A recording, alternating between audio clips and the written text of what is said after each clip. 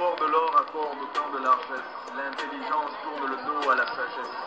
Bon, il est là clairement question d'une certaine élite qui s'accapare les richesses du pays au détriment du peuple qu'ils gouvernent et, fort de leur richesse, ont le pouvoir sur tout le monde, se croient tout permis et se font de cette manière-là complètement étrangers à la vertu et le bien-être du peuple, le bien-être des gens qui gouvernent, ce n'est plus tellement leur problème.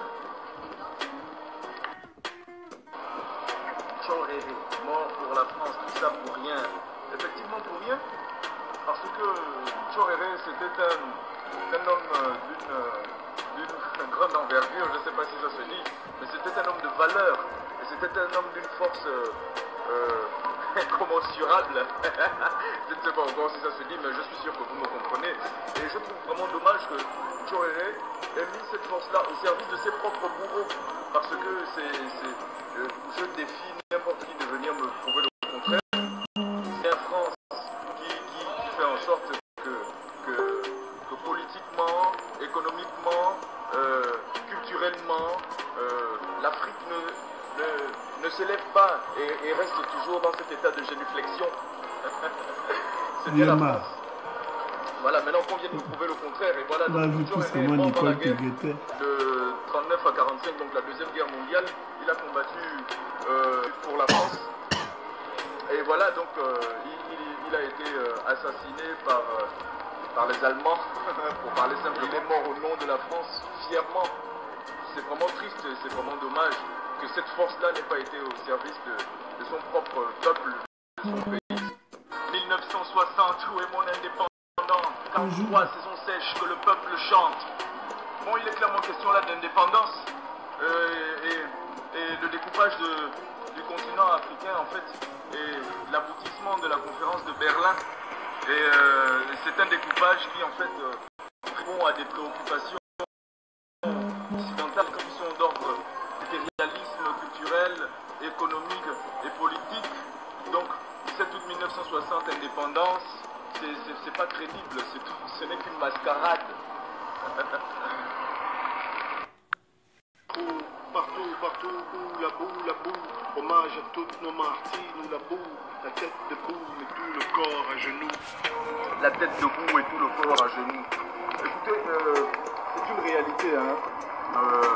En Afrique notamment, de la richesse des dirigeants de la classe dirigeante générale, les dirigeants sont riches quand le pays.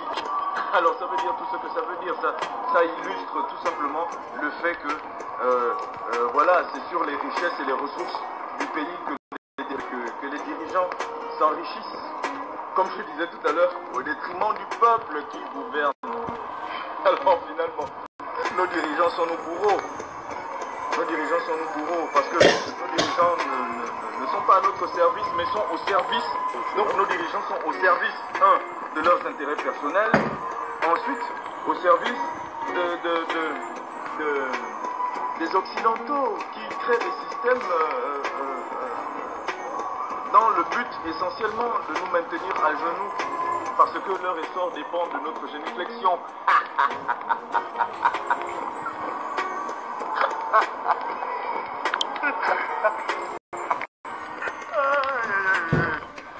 La tête debout et tout le corps à genoux. La tête c'est le corps à genoux, et à genoux c'est une chose, mais la tête c'est toujours quiète. Voilà.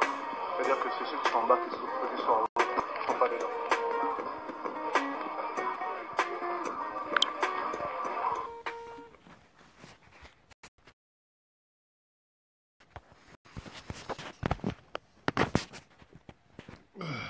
C'est une vidéo qui a peut-être... c'est une vidéo qui a peut-être 8 ans, 9 ans, ou 10 ans. Voilà. Le Gabon est à crédit. Le plan gabonais social émergent, ou je ne sais pas quoi, là, c'est la braderie du Gabon. Par des élites.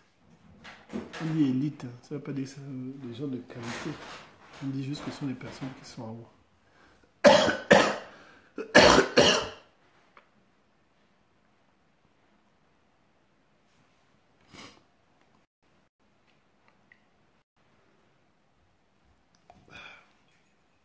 Ce sont des gens qui ont décidé de brader le pays. Le problème est grave.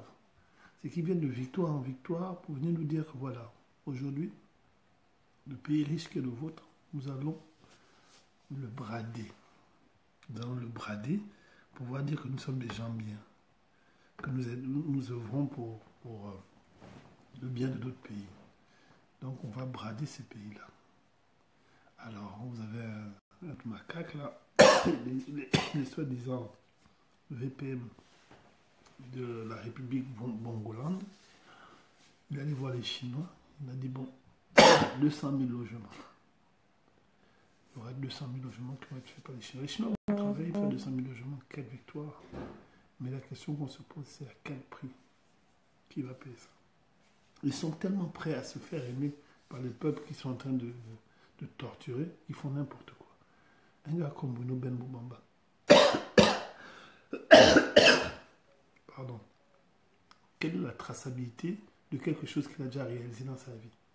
Qu'est-ce qu'il connaît en endettement, en finance, en comptabilité publique? Il connaît quoi en ça? Rien. Rien, absolument rien. Absolument rien. Tout ce qu'ils connaissent, c'est venir faire l'intéressant.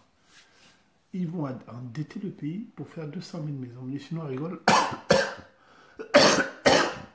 Je suis sûr que la contrepartie, ça va être genre des mines de Belinga.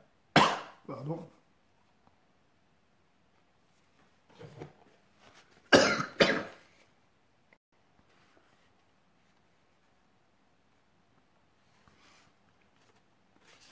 La grippe, là, c'est un fusil nocturne. C'est un fusil nocturne. Alors, c'est le foie. On va prendre le miel.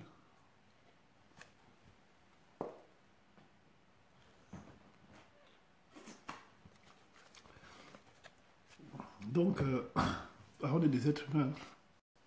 Même si on est des surhumains par rapport à d'autres personnes qui se cachent. Et donc, il décide de venir faire sa bouche là en bradant le pays. Et ça va nous donner, comme on ne connaît pas l'histoire du Gabon, ça va nous donner des histoires comme ils ont fait le Sénat, l'ATG, l'Assemblée nationale. Ça va faire comme ça. Là. Ça va faire comme ça. Donc les Chinois vont construire ça rapidement. Mais ils auront genre 75% des gisements de pétrole sur 150 ans ou 200 ans. Eux là, ils sont déjà morts. Les petits-enfants de nos petits-enfants. Les petits-enfants de nos petits-enfants sont toujours en train de payer les conneries de ces gens-là.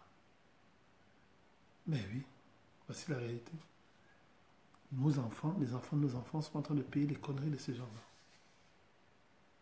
Donc nous là, on se bat pour essayer de faire du pays quelque chose de solide pour les 100 prochaines années. Mais tous les jours, ces personnes-là se mettent à casser tout l'équilibre dont on a besoin pour faire de notre nation quelque chose de positif.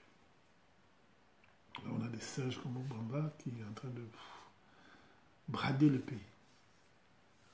Et vous allez voir, demain, après-demain, vous allez voir les gars de l'UPDG, du PDG, du FPDG, UJPDG qui viendront applaudir. Alors, il y a 7 ans, les Turcs sont venus. Les maisons que les Turcs ont construites sont dans l'eau. Hein. C'est pas... C'est pas des conneries. Hein. C'est pas des conneries. Ils ont construit, ils ont fait venir les Turcs. Là, on n'a rien vu. La seule chose qu'on a vu, c'est les gens faire sortir les personnes de ces maisons-là. Les Turcs ont pris leur pognon, ils se sont barrés. Ils sont tellement barrés que je m'en j'ai acheté du ciment chez eux, j'ai acheté du matériel de construction chez eux. Et eux-mêmes... Là, il faut que j'aille à un Kembo, là, c'est pas possible. Et eux-mêmes, ils se sont barrés. Ils sont partis, ils ont enlevé leur corps. Et le résultat, zéro. Zéro. Tout ce qu'on sait, c'est que Liban Souleiman,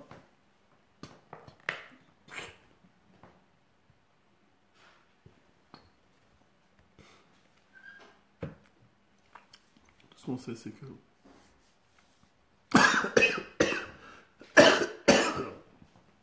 il faut que j'aille un Kembo. On sait que Liban Souleiman a construit sa maison à lui Et il a acheté une maison à 872 000.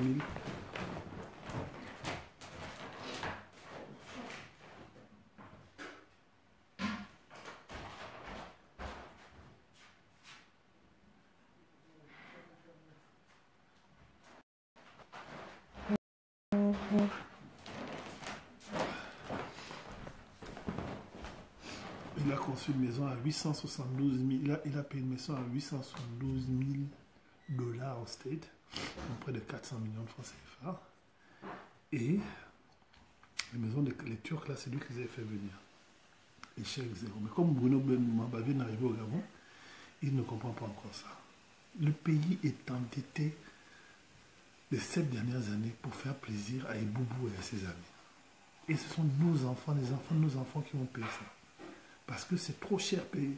C'est trop cher payé. Trop cher payé. Et il faut à un moment donné dire non. Il faut à un moment donné dire non. Dire que c'est plus bon. On n'en peut plus.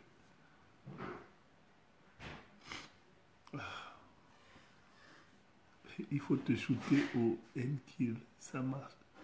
Un peu de gingembre râpé avec une cuillère de sucre et un peu d'eau chaude. Ça te fera du bien. Vous là, on parle des choses sérieuses du pays. Vous me donnez des conseils pour me soigner de ma toux. Oh Dieu. En tout cas, c'était mon petit message de ce matin. On ne peut pas accepter. On ne peut pas accepter de livrer notre pays à ces gens-là. C'est pour ça que nous devons nous battre. Ne pas laisser dénoncer. Si les puissances occidentales ne font rien pour maintenir leurs intérêts en maintenant le peuple dans la dignité, c'est à nous d'arracher cette dignité-là. Voilà.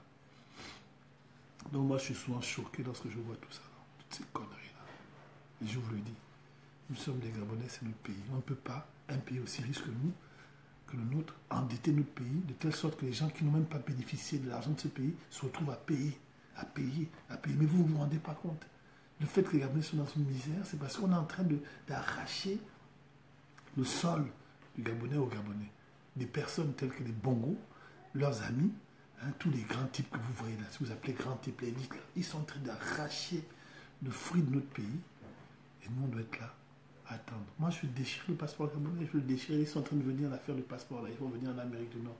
Mais on va leur mettre leur demande de passeport là dans leur parti privé. Ça sert à quoi d'être Gabonais aujourd'hui?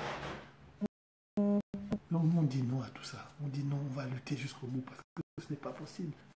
Tout dans la dignité dans laquelle le pays là, ce pays est en train de me mettre, que de survivre dans l'indignité au pays.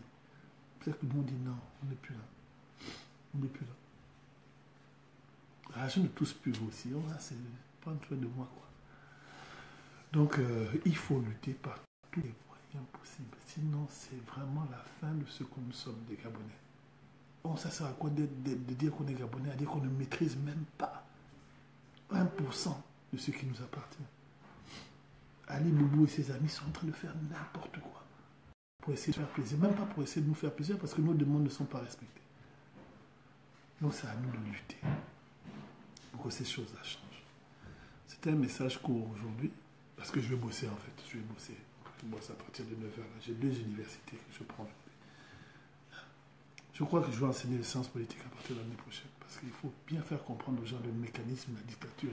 S'ils n'ont pas compris, si nous on a compris, on est devenus des experts dans la dictature. Donc je vais donner des cours de mécanisme de dictature dans les pays sous-intégrés.